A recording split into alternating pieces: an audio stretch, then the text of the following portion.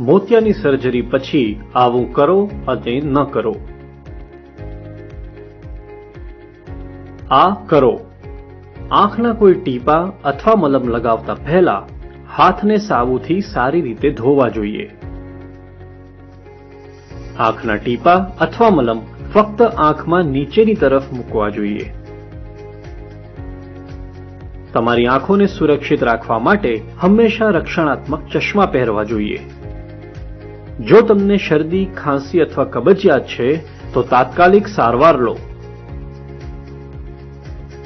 તમે બીજા કે ત્રીજા દિવસ પછી દાઢી કરવી, ટીવી જોવું અને વાંચન જેવી નિયમિત પ્રવૃત્તિઓ શરૂ કરી શકો છો.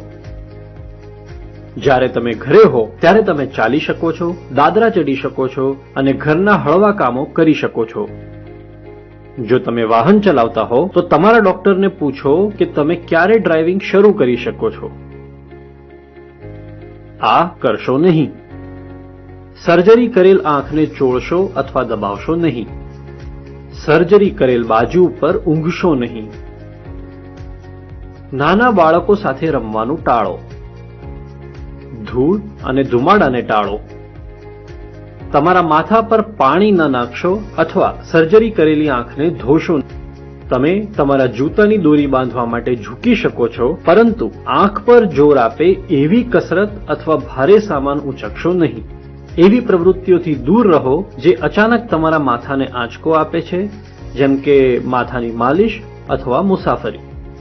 ક્રિકેટ, ફૂટબોલ અને ટેનિસ જેવી આંખોને ઈજા પહોંચાડે તેવી બધી રમતોને ટાળો. મોતિયા વિશે વધુ માહિતી માટે તમારા નેત્ર ચિકિત્સકની સલાહ લો.